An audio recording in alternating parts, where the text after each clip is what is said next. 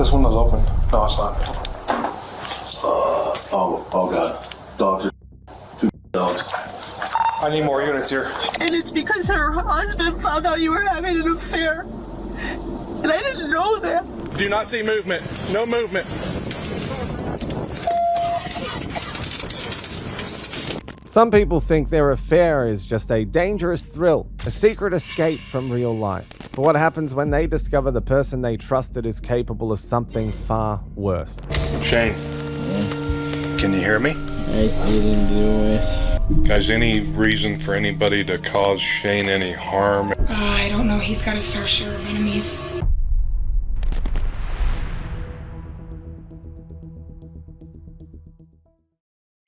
Here are the times cheating partners realized their secret lovers were killers.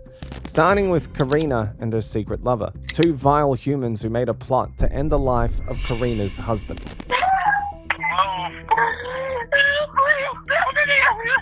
Somebody's here! Oh, man!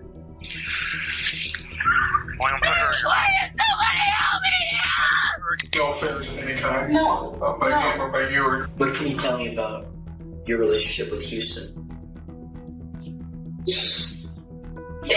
If you were screwing around with her, or whatever, doesn't make you a killer. No. On June the 18th, 2021, Aaron Cooper rushed to his brother Ryan Cooper's home in Iowa after receiving frantic calls from Ryan's wife, Karina, claiming an intruder was inside the residence. Shortly before he got there, Karina also called 911. Somebody's here! My kids are here! When Aaron arrived, his nephew let him in, after which he was met with a horrifying sight. Karina was lying hysterically on top of an unresponsive Ryan who was already cold and had wounds on his face from 2 firearm wounds, indicating a shooting had occurred well before anyone called for help. Wrangled in a state of despair, Aaron made his own 911 call. What's up? My brother. What? We need ambulance now. Sir? We need ambulance. Okay, we need an ambulance. Did somebody get shot? What? Did somebody get shot? What? He's got blood coming out of his mouth and everything. Okay, alright, we'll get an ambulance. Moments later, deputies rushed to the scene, scrambling to catch the alleged intruder before any more harm could be done.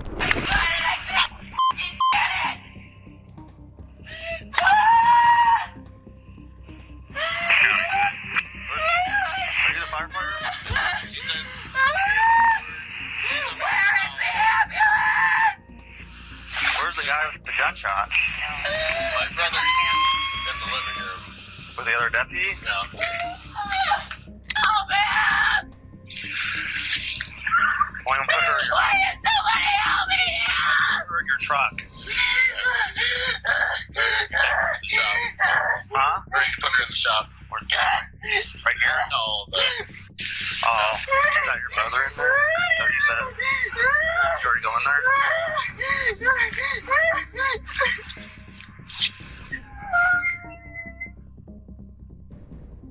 Yeah. Does he have any problem? Mental health problem? But officers had no luck in locating the killer who, according to Karina, had already fled the scene. Finding themselves at a dead end, the deputies turned to Karina for more information. Karina, can you tell me what happened?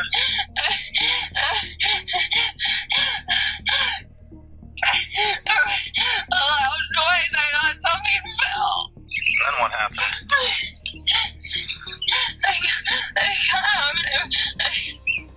I peeked in the living room and then I went to the kitchen. I was fighting. You didn't hear or see anyone else? No, what if they're here? What? What if they're here? But you didn't actually see anybody? No. Okay. And he was like that? You turned on the light, you saw him? What do I do? Hey, listen. We're here, okay? I'm here for you. Could the thing that you thought fell possibly been a gunshot? Okay. Karina, I need you to sit up. Karina, I need you to sit up, okay? So we gotta figure out what happened, okay? The loud thump, do you think it was a gunshot or not?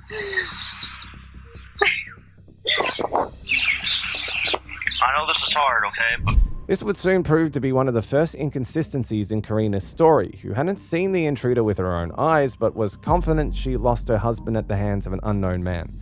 Though the officers found no leads on the night, they called both Aaron and Karina in for questioning the next day.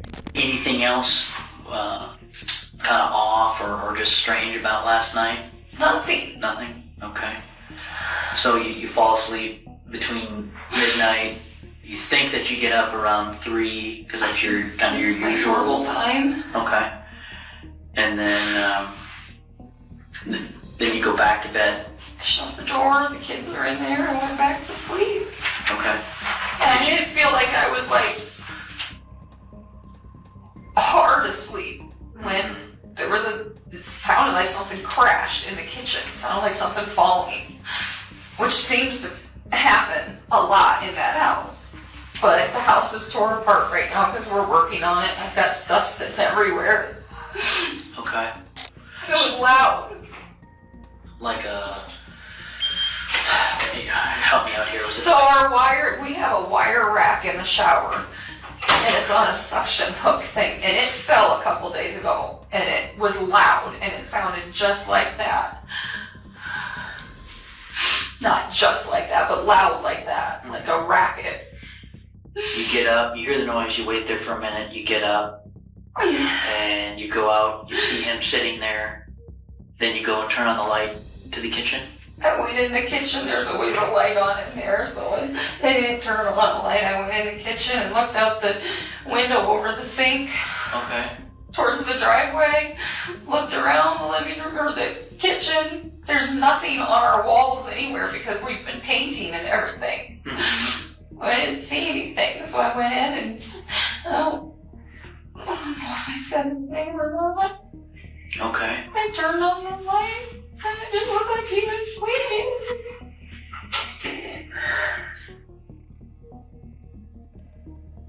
I looked in there first before I went to the kitchen and it looked like he was sleeping. Okay. I went over and snore. It just looked like he was sleeping. Okay. And then I walked up to him and I just put their blood like everywhere. Like a lot. So you said you thought that maybe somebody was in the house? Did you hear any other sounds or commotions or anything other than the one that woke you up? No, nothing. Like cars go by all time in the night. I didn't see it. I looked out the kitchen window. I didn't see anything. While investigators were questioning Karina at the station, other officers revisited the scene of the crime and, upon closer inspection, discovered that nothing pointed to the existence of an intruder at all. No broken doors or windows, and no signs of forced entry. This only added to the mystery of the incident, and deputies hoped Karina would help solve some of it. no sounds of like the front door slamming shut or No. anyone running down your deck or down your steps or anything like that? No, nothing. Okay. I tried to get my stupid gun that I don't even know how to work and have never shot out of the safe that he said we had to have, and I couldn't even get. We don't know. I'm just thinking about like the scorn lover type of thing or things like that. No. What Karina didn't know was that Aaron was being questioned simultaneously in the room right next to her, and he had just debunked both of her statements. Aaron claimed that Karina was quite well versed in using a firearm, and had also been cheating on Ryan with a man named Huston Danker. What can you tell me about your relationship with Houston? Danko? Yeah. My friend? Okay. And I'm going to be blunt with you and be forward with you. The only reason we ask is Aaron made mention about maybe Ryan seeing something on your Snapchat. Not that that was Houston, but there was something with your Snapchat. Last fall, there was a Snapchat that wasn't even meant for me. Okay, tell me about that. Supposedly, Ryan saw it, not me. And he told me about it. It was something about a married woman and naked, seeing her naked or something like that. Okay. And Ryan saw it and confronted me, and I confronted Houston, who were friends on Snapchat, and that's it. Has Houston seen you naked? No, God no. Okay. He's 22 years old. I, No. to each their own. I'm just. Stupid telling their rumors. No. Okay. I gotta Another investigator then brought Huston Danker in for questioning as well, who also claimed to have no inappropriate relationship with Karina. However, both Karina's and Huston's statements proved to be false once officers retrieved cell phone data from their phones, revealing an extensive history of Snapchat messages. The content of the text revealed that an affair had most definitely been brewing between the two. But officers weren't concerned with the infidelity. They were looking for Ryan's murderer. For months, they had no lead, up until December the 21st of the same year, when Karina suddenly received a payout of $500,000 from Ryan's life insurance. With the possibility of a potential motive now in the mix, deputies reopened the case with renewed vigor, determined to figure out what they had missed. They finally recovered a series of deleted text messages between Karina and Huston moments before Ryan's murder, which revealed an elaborate plan to execute Ryan in cold blood. On February the 19th, 2024, Karina was arrested and charged with first-degree murder, followed by Huston's arrest for his role in the plot. Those two met a just end, and so did Huey, who ended the lives of an entire family after being incited by his fiancée. I got 2 dead dogs, TV's knocked over, and a cocktail knocked over in the front room. You didn't know what? That he was having an affair. Okay. When's the last time that he had an affair? Because I know this is not the first time. No, it's not. Are you telling me the truth? No. 100%. Yeah. You wouldn't be covering for Nate at all? On September the 17th, 2023, police in the Chicago suburb of Romeoville were called for a welfare check on a family of 4 after loved ones had been unable to reach them. But nothing could have prepared the officers for the tragedy that they would find inside the quiet home. There's a light on one of the back ones. The back one? Hey, I got a TV knocked over and a coffee table knocked over. Romeoville 367. Can we get another unit to Camden, please? Everything's 10-4. Let's go. See if you can speak in the back. There's a window, right? Yeah. Okay, I'll cover this window. This window's open. No, it's not. Oh god. Dogs are dead. 2 dead dogs. I need more units here. Hold this. 350. I got 2 dead dogs, TV's knocked over, and a cocktail knocked over in the front room. How many dogs you got? We got 1 dead dog right here. We got a 2nd dead dog over to the left. All right, watch out. Watch out. Hey, why don't you check the door handle first? Stand by. Door's open. And that's when officers made the heartbreaking discovery. In front of them lay the slain bodies of 2 adults, 2 children, and 3 dogs. Alberto Roland, Zuriata Bartolome, and their children, 10-year-old Adriel and 7-year-old Diego, had all met their demise under mysterious circumstances. At first, officers suspected a murder-suicide, but something about the scene felt controlled, deliberate, and unmistakably targeted. As detectives traced the family's final hours, attention turned to Zuriata's past, as evidence revealed that she had been in a secret relationship with a man named Nathaniel Huey Jr. Further investigation placed Huey at the scene of the crime, but he wasn't the only person tied to Zuriata's house that night. Alongside him was Huey's girlfriend, Ermelinda Palomo, who officers decided to visit. Hello. Hi, Ermelinda. My name is Detective Garcia. Hello. From the Romeoville Police Department. This is Detective Wagner. Hello. I know you know what's going on and why you were here. Okay? I know you were talking on the phone with your husband right now. Husband Okay. or boyfriend? He's just a boyfriend. Okay. Does he live here with you? How long have you guys been together? 2015. Okay. We're investigating a murder. Okay? So, We have in our possession some phones, okay? And in those phones, we're doing what it's called a phone. Is there any way that these text messages are going to come back to you? Or your name, or your phone, or anything associated with that? Okay. We'd like to speak with you without him present. Are you okay with that? How long you left? Yeah. How long have you known Huey? Since probably 2015. Okay. Why are you scared of him? Oh, I'm not scared. Well, Okay. Why are you scared right now? because when I called him, because I was scared, I didn't know where he was. Okay. He said, someone's following me. Okay. So I called. And then I heard him say, why are you following me? Do you want to search the car? And then someone said to him, there are messages from you, and it's because her husband found out you were having an affair. And I didn't know that. You didn't know what? That he was having an affair. Okay. When did you find that out? Right now? Just right now. Okay. When's the last time that he had an affair? Because I know this is not the first time. No, it's not. Okay. When's the last time you knew he had an affair? When we first started dating. 2015? 2015 to maybe 17. You know what? His son was born and he said, I'm not having any more affairs. I'm not cheating on you. Okay. Stupidly. Okay. Do I know if he stopped? No, I don't know. Okay, so the last time you Hold knew? on. Okay. So then I had a party at my house. Mm-hmm.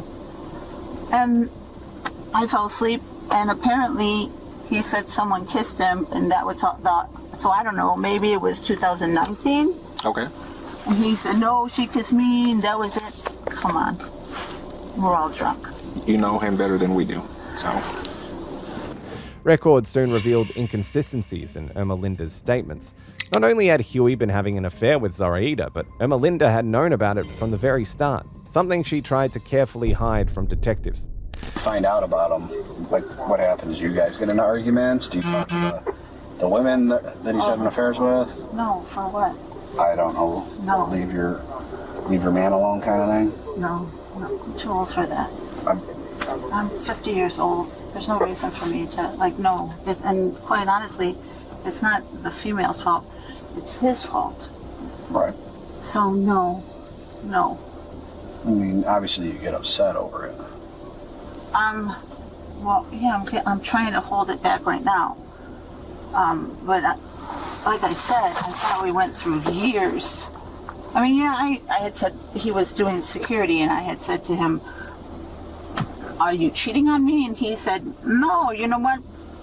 They flirt with me, but I don't fall into that. What kind of security does he do? Like at clubs. Like a bouncer? Yeah. Is it armed security? No, I don't think you can carry arms there. Okay. Does he own guns? No. No. You've never ever seen him with a gun? Well, we go to the range and we'll shoot. So he has a FOID card? No, he does not.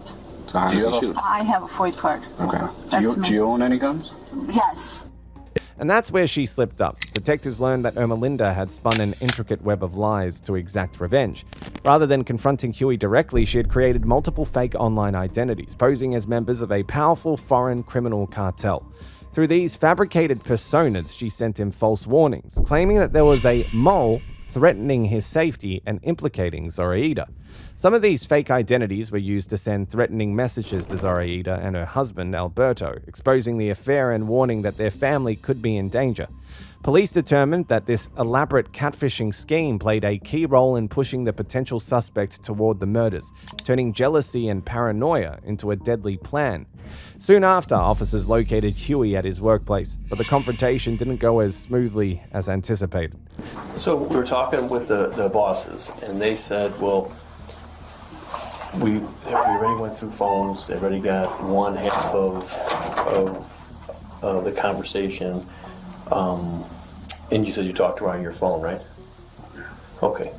So what we'd like, or what we're asking for, is consent to get the text messages off your phone between you and her, or Snapchat or whatever it is between you, so we have both sides of it. We're trying to eliminate you as a suspect, but it's all on the computer, right? You can get it on the computer. No, we have to take the phone, we plug it in, we take it out, and then we give your phone back. Oh, I didn't have anything in there.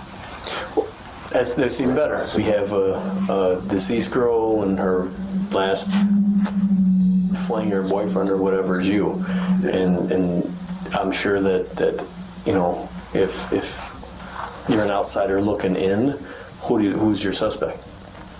I mean, and so I'd like to eliminate that. I'd like to say, well, no, we looked through stuff. He didn't have nothing to do with it.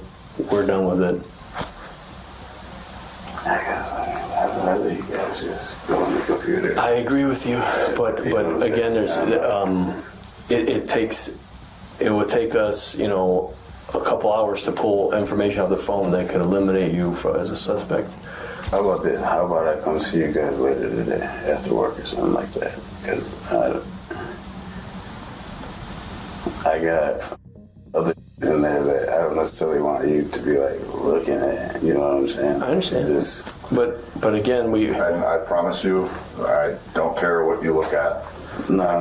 It's not like free like that or anything like that. Just, well, I'm saying even if we, yeah. I mean, if you.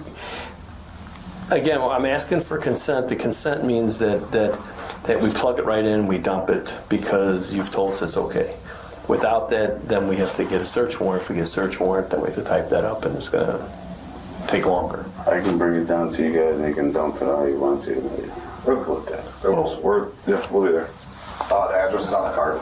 After much convincing, Huey eventually agreed to come to the police station to hand over his phone, but that meeting brought even stranger developments. How about this? How about I come see you guys later today after work or something like that? Because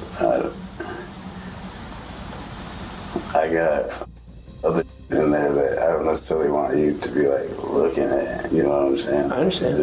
But again, I promise you, I don't care what you look at. No.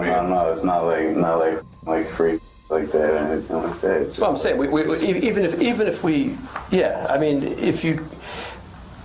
Again, I'm asking for consent. The consent means that we plug it right in, we dump it because you've told us it's okay. Without that, then we have to get a search warrant. If we get a search warrant, then we have to type that up, and it's going to take longer. I can bring it down to you guys, and you can dump it all you want to. We're cool with that. We'll be there. The address is on the card. Well, let me step out. Right after work.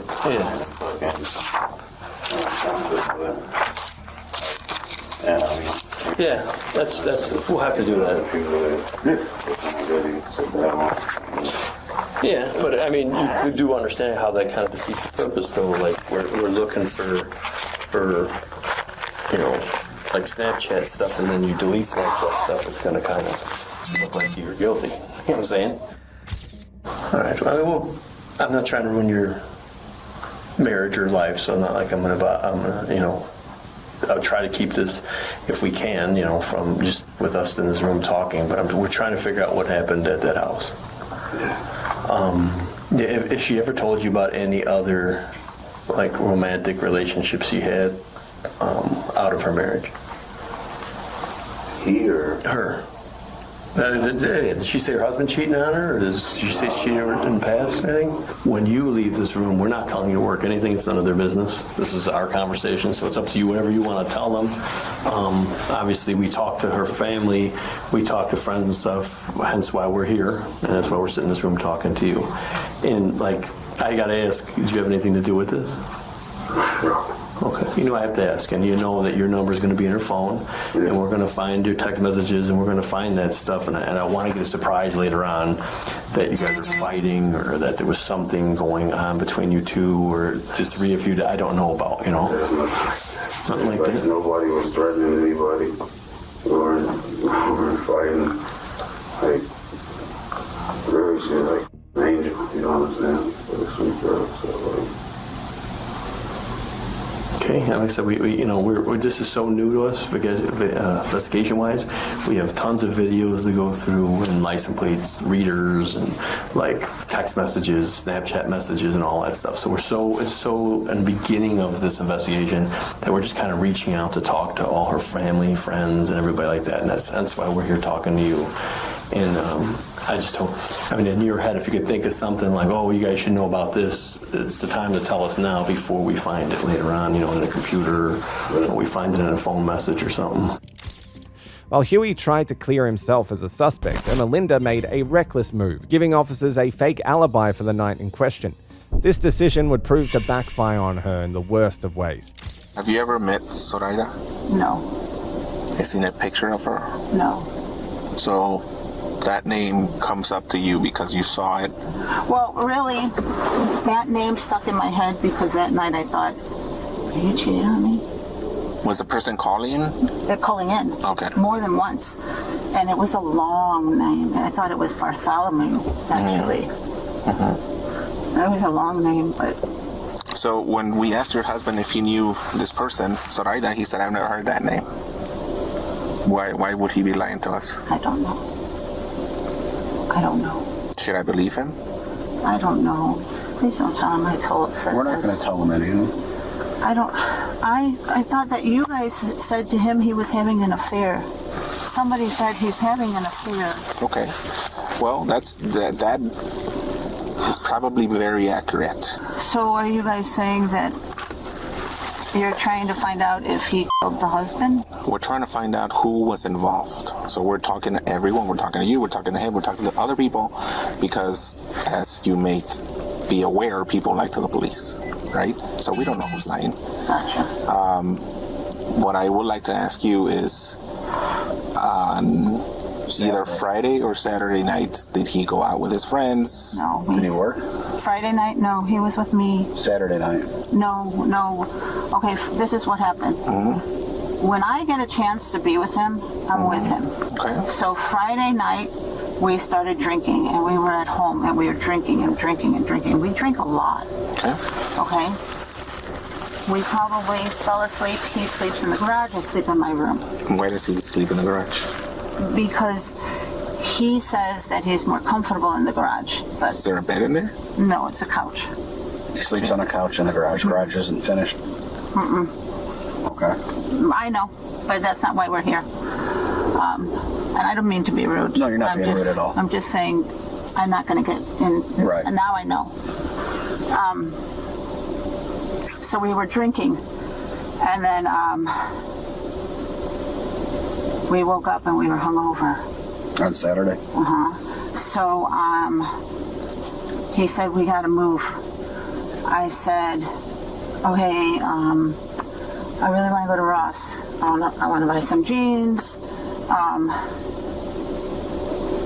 And then he said, let's get something to eat. I said, okay. I said, you decide. He said, okay, let's go to Jersey Mike's. It was still day. And I got home. I fell asleep. And apparently I woke up and yelled at everybody. What time did you fall asleep at? Oh, I don't know. It was day. It was still day. But he was with the kids playing GTA. Okay. And then my daughter had said to me, did you wake up in the middle of the night?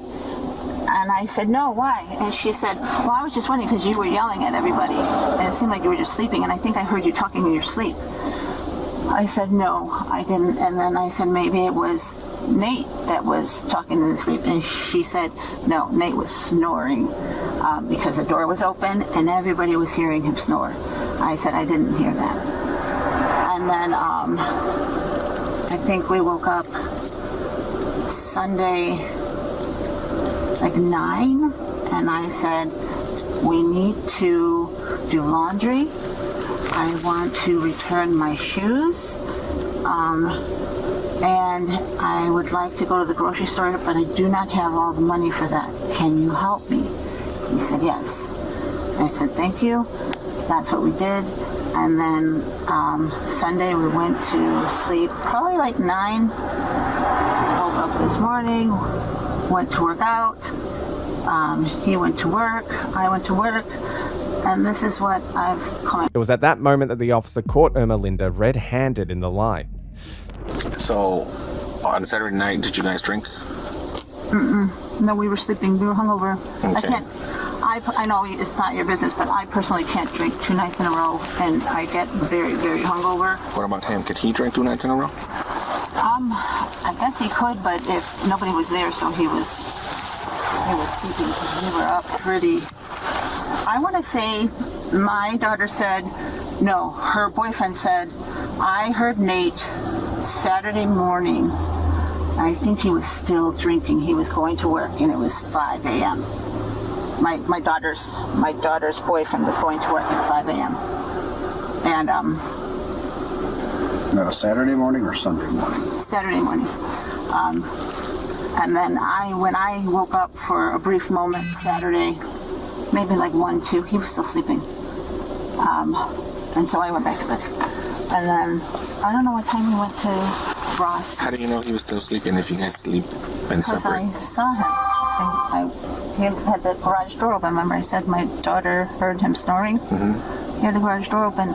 So I got up, I looked, and he was on the couch. Well, you're right. Maybe he was facing the couch, not sleeping. Okay, if he were to leave in the middle of the night one day, would it be safe to say that you probably would have not known?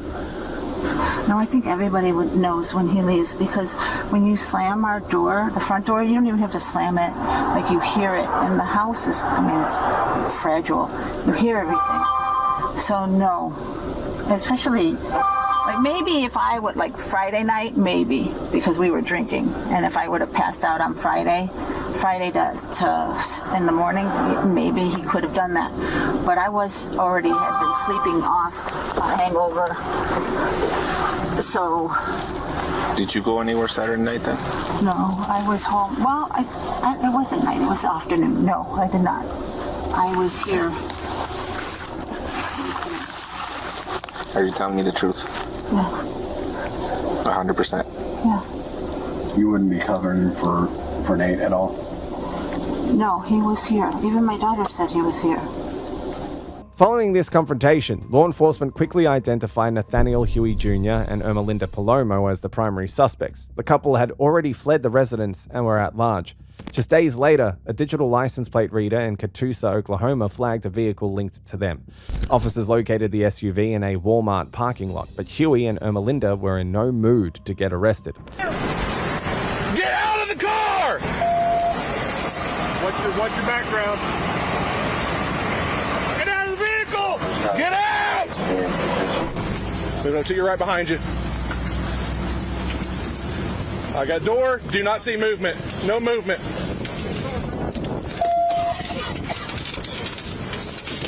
Get out! Get out! Get out! Get out!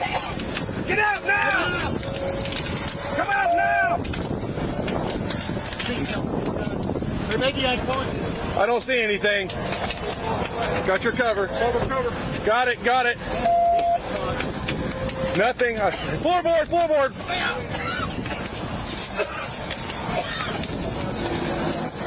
Get her. Got cover. Grab her belt.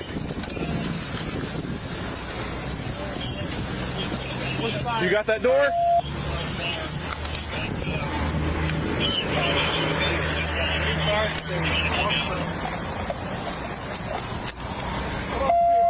Can't see. Where's fire? Get fire extinguisher at least.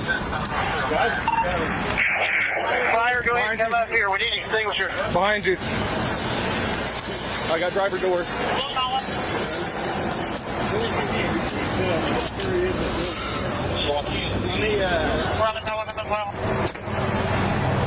Get a baton!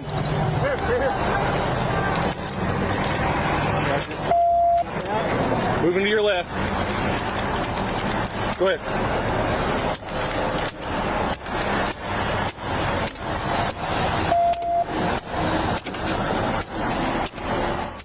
As officers approached, 2 shots rang out from inside the burning vehicle. Huey was found unresponsive in the driver's seat, and Ermelinda, critically injured in the passenger's seat, was rushed to a hospital where she later passed away. Ermelinda and Huey's plan backfired on them, similar to the moment Victoria tried getting away with plotting the murder of her husband with her lover.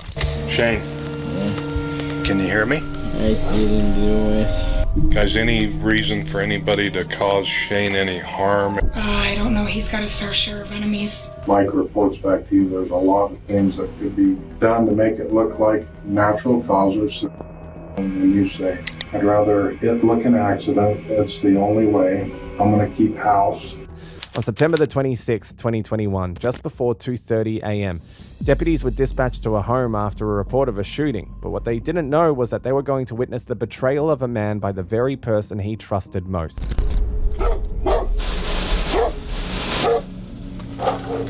Hello!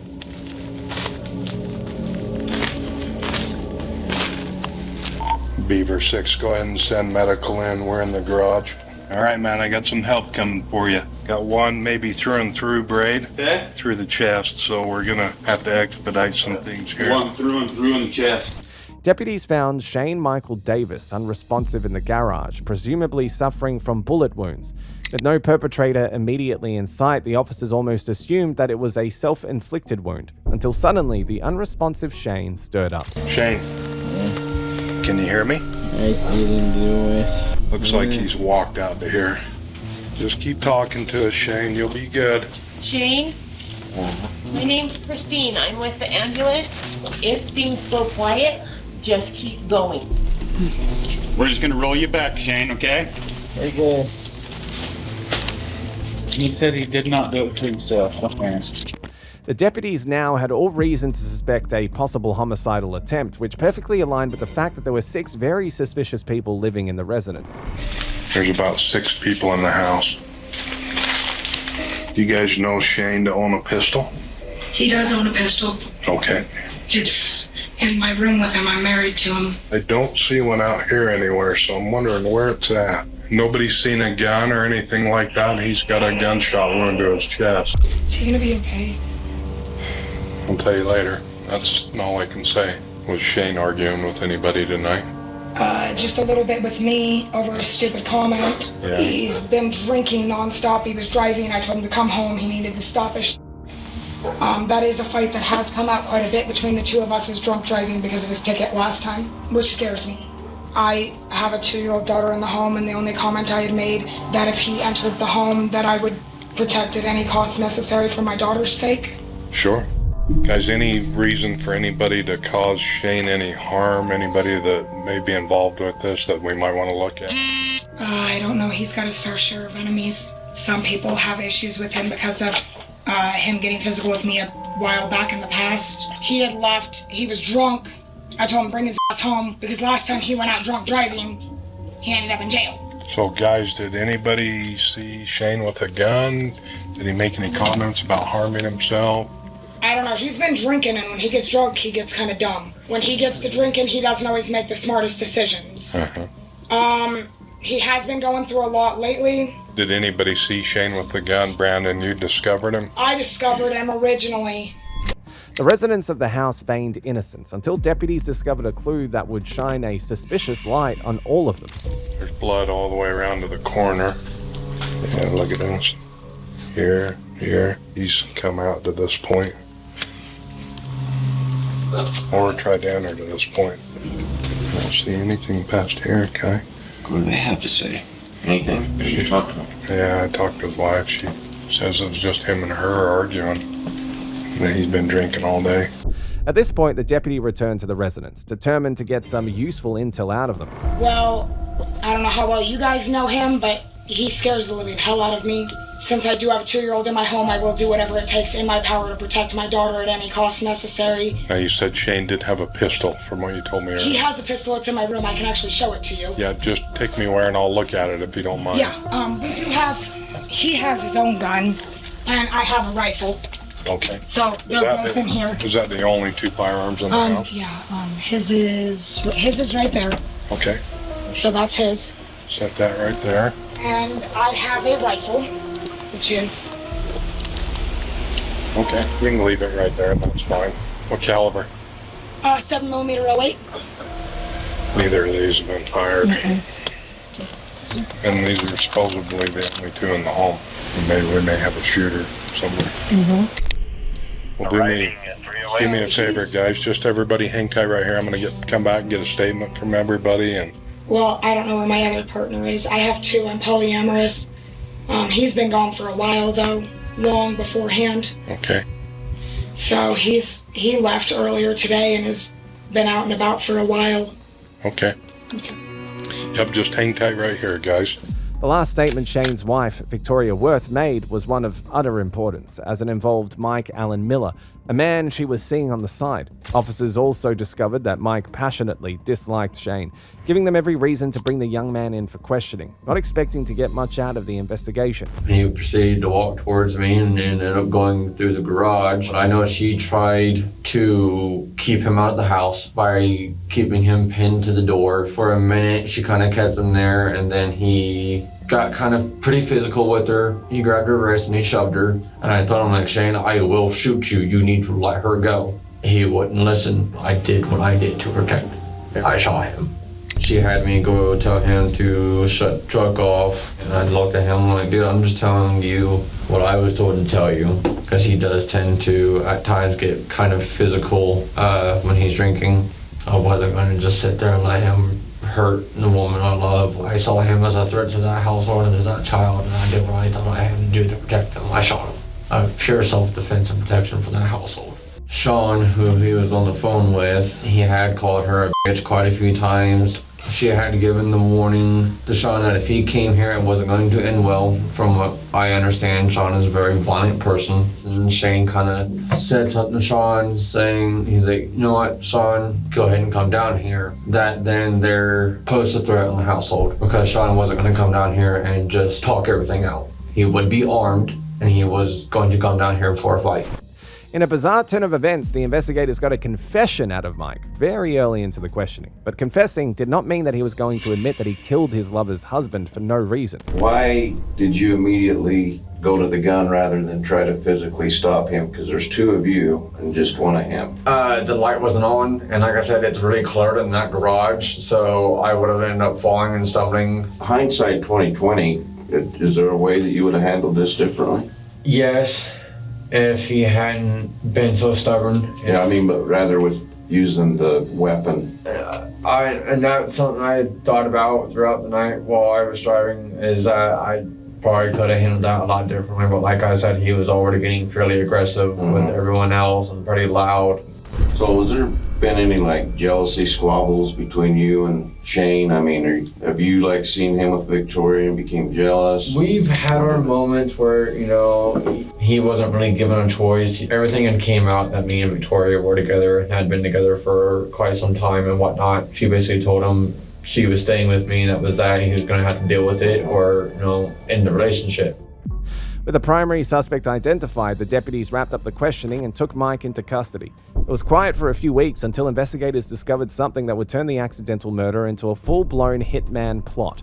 They found incriminating Snapchat conversations between Victoria and Mike discussing various murder plots, including making it look like an accident, tampering with brakes, or using poison, and her expressing her desire to marry Mike once Shane was out of the picture.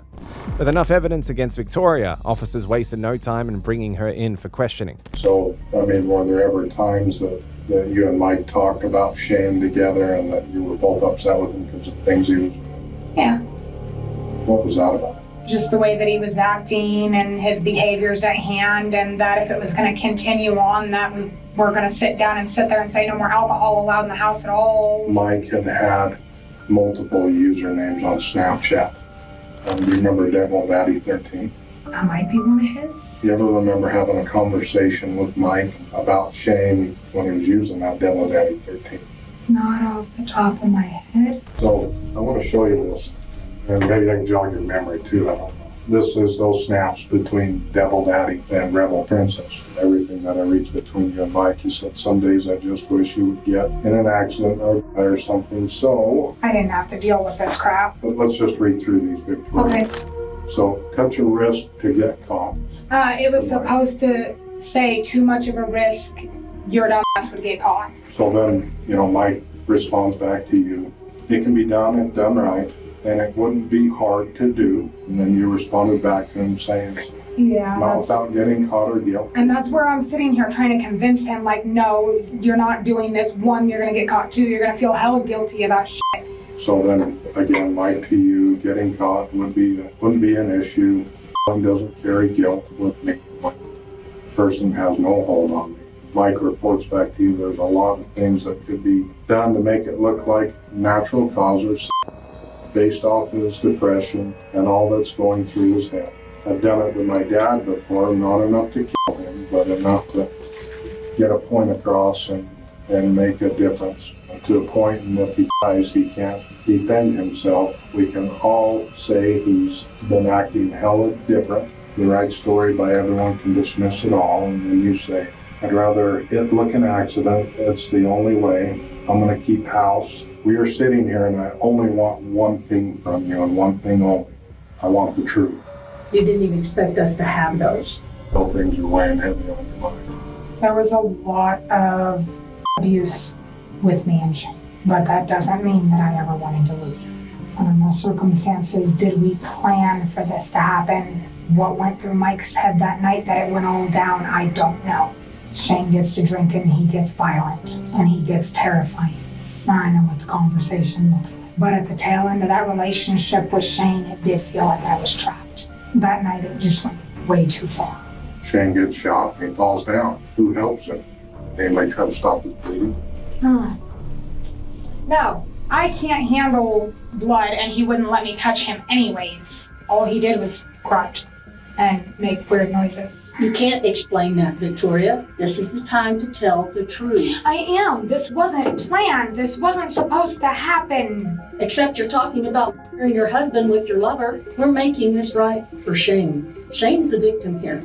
And I understand that, but I didn't plan my husband's murder. How often have you talked about killing someone? Oh, Lord. No, seriously. How often have you had these conversations with people? You're telling me that you're a perfect person and you've never done a single wrong thing in your life? No. I have never talked about. Okay, but you've never sat there and made a wrong retort. Remember when I told you Shane was that morning? Yeah. You remember what you said back to me? No. And you actually said to me you were worried about losing your house. Your husband just told you that. Do you think those things planted the seed in Mike? And it might have. So planting the seed in there, possibly. I very well might have without even intending to do so. 90% of that, yes, was smart remarks. That's disgusting. I'll tell you this right now, absolutely no. What I have for you is an arrest warrant signed by the 5th District Court Judge. Seriously? Seriously. You are being placed under arrest right now. I did not kill my husband, and that will come up, and I will sit there and make sure of it. You guys are making a huge mistake. In August 2023, Victoria pleaded guilty to first-degree criminal solicitation, with the more serious charges dropped as part of a plea deal, while Mike pleaded guilty to murder and related charges. In October 2023, Victoria was sentenced to 3 years to life in prison, and Mike received a combined sentence totaling decades, with the judge recommending they serve at least 15 years before parole eligibility.